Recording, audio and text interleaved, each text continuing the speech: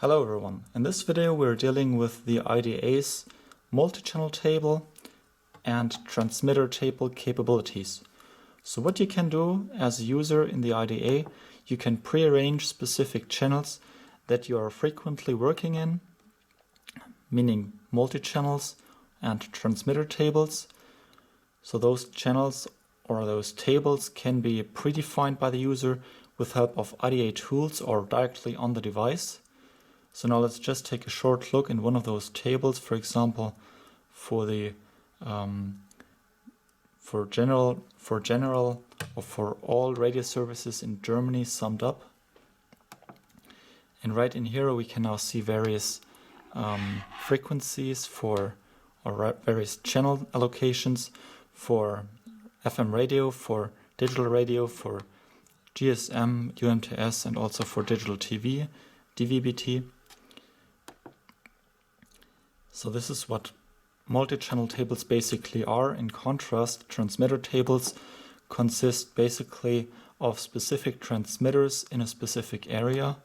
As you can see here, somewhere between 88 and 105 or 108 megahertz, we have various transmitters in this area here in the south of Germany. And what we can do now is we can go back to the spectrogram view and activate and view those channels. First, as you can see up here, we have to activate one specific channel. So we could do this when going back to menu and settings, but alternatively, we can also click on extras and select multi-channel table. So here I'm now selecting a course summary of all German radio services. I confirm that by clicking OK. And correspondingly, as you can see now in the top, that all those multi-channel tables, or that specific multi-channel table, has been activated. What I can do now is I can click on extras once again, because right now we're analyzing quite a big span of almost 1 gigahertz. We can see some FM radio stations down here. We can see we can see DVB-T signals here, LTE here, and GSM 900 here. So what we can do is now we click on extras and select one specific channel within that table that we have just activated. And in that table we have, of course, various AM and FM radio broadcasting stations, but we can also simply go to one specific channel, saying, for example, FM radio or Ultrakurzwelle, and by that we adjust our frequency range automatically to the correct frequency allocations that we have predefined within that multi-channel table. So we can also, by simply selecting channel, go to GSM 900, for example, like this now. And just by clicking backwards again, we can also go back to our starting setup, where we can see the wideband overview. In addition, what we can also do is we can activate the spectrogram marker and now move the marker from channel to channel, and by that also see right here in the top which channel is in charge for that specific frequency range. So right now we're still focusing on the FM radio, but once we move the marker, we can also see digital radio, DAB,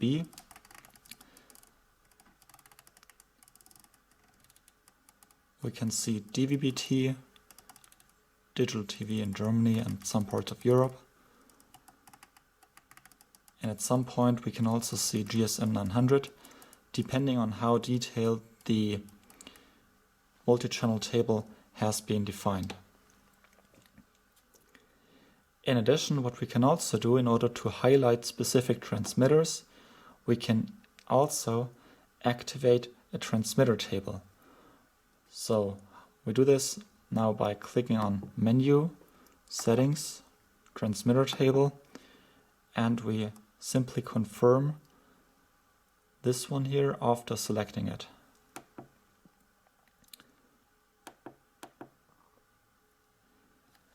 Now you can see in the top that this transmitter table has been added, and in addition, as this transmitter table is only focusing on German FM radio, we can also correspondingly see that those additional transmitters in that channel have been marked. As a consequence, we can now, within the multi-channel table, select the channel for FM radio. So we do that again by extras, select channel, and select UKW. And based on that setting, we can now see markings for all the transmitters that we are used to, that we know in a specific area. Of course, we can also optimize our settings.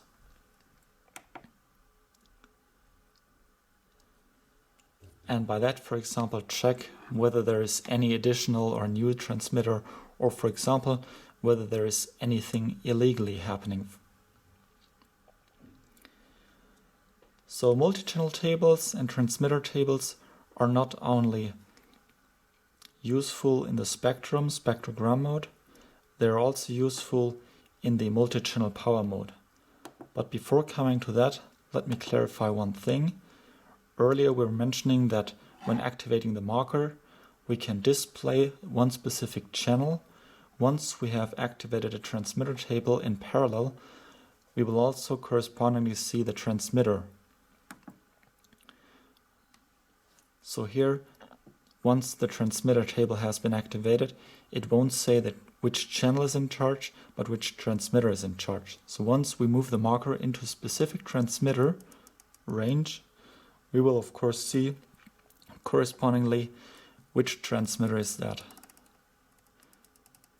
And just to make that clear, so the IDA is now still based on predefined, on user-defined channel information.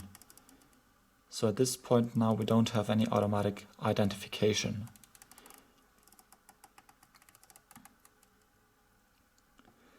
Okay, as indicated, now let's go to menu and multi-channel table. And multi-channel table is some sort of condensed spectrum.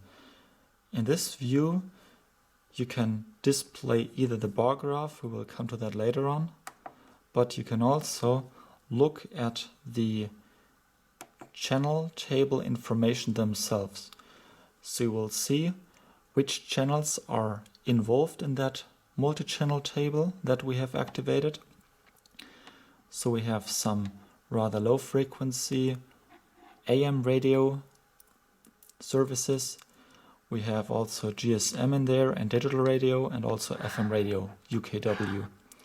And the IDA now measures all those channels and it sums up the overall power for each channel. So what we see here, that is amounting to roughly minus 61 dBm.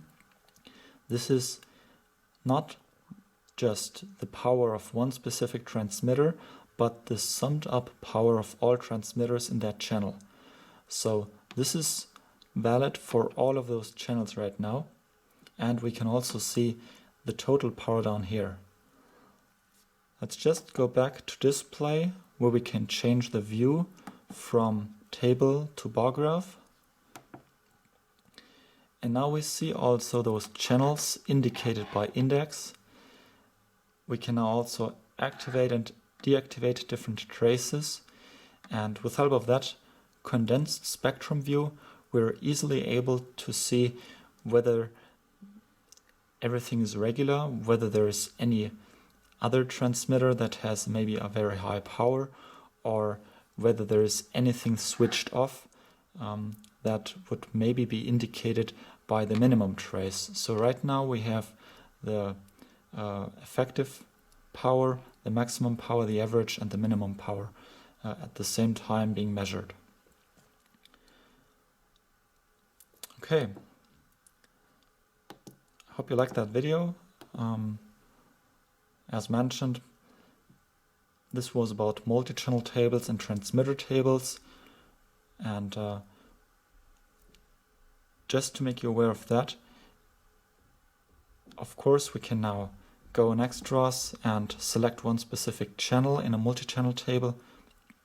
What we can also do, in order to simply go on one specific frequency, we can click on F-send and choose on rotary knob immediate change to the transmitters that are present or that are available in one specific transmitter table. So by that we can just choose one specific transmitter and focus on that one, even if we might have to retune our device and to adjust the RBW, for example. So that's it. Thank you for watching.